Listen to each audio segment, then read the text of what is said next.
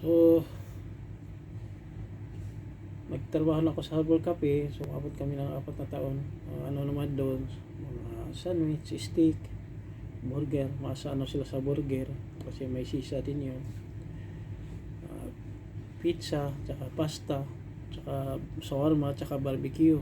Yung mga ano doon. Pero ano kasi nagka-problema din yung area na yun. So, na-close. Pero kahit close yun, pinagsasahod kami. Pero kaya naman kasi na sahod kami ng sahod, nasa bahay lang kami. Kaya nag-apply kami dito sa ito ngayong tinatrabaho ko hanggang sa kasalukuyan. So yun po, nag-training kami sa Uno Chicago Grill, then sa pasta-pasta, din ngayon sa Masawi. So,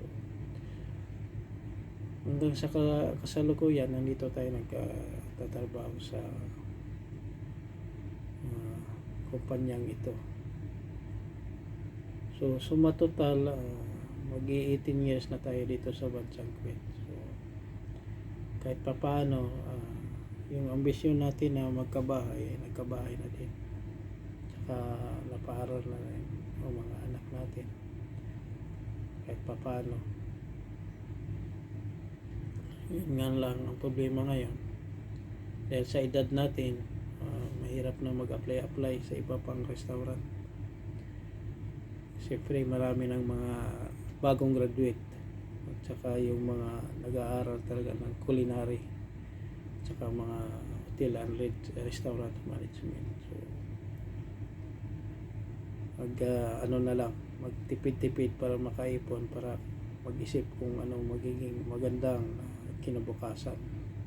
So yun lang po ang aking talambuhay kung paano ako nagiging isang kusinero. Umpisa sa assistant, taga-saing, taga-gawa ng mga kakanin, hanggang sa naging kusinero tayo, hanggang sa pumasok tayo sa isang bar, hanggang napunta tayo, napadpad sa ibang bansa. So, happy 7K, salamat sa mga karils diyan, salamat sa mga organic rice bucket. Yan po ang talambuhay ko bilang isang kusinero.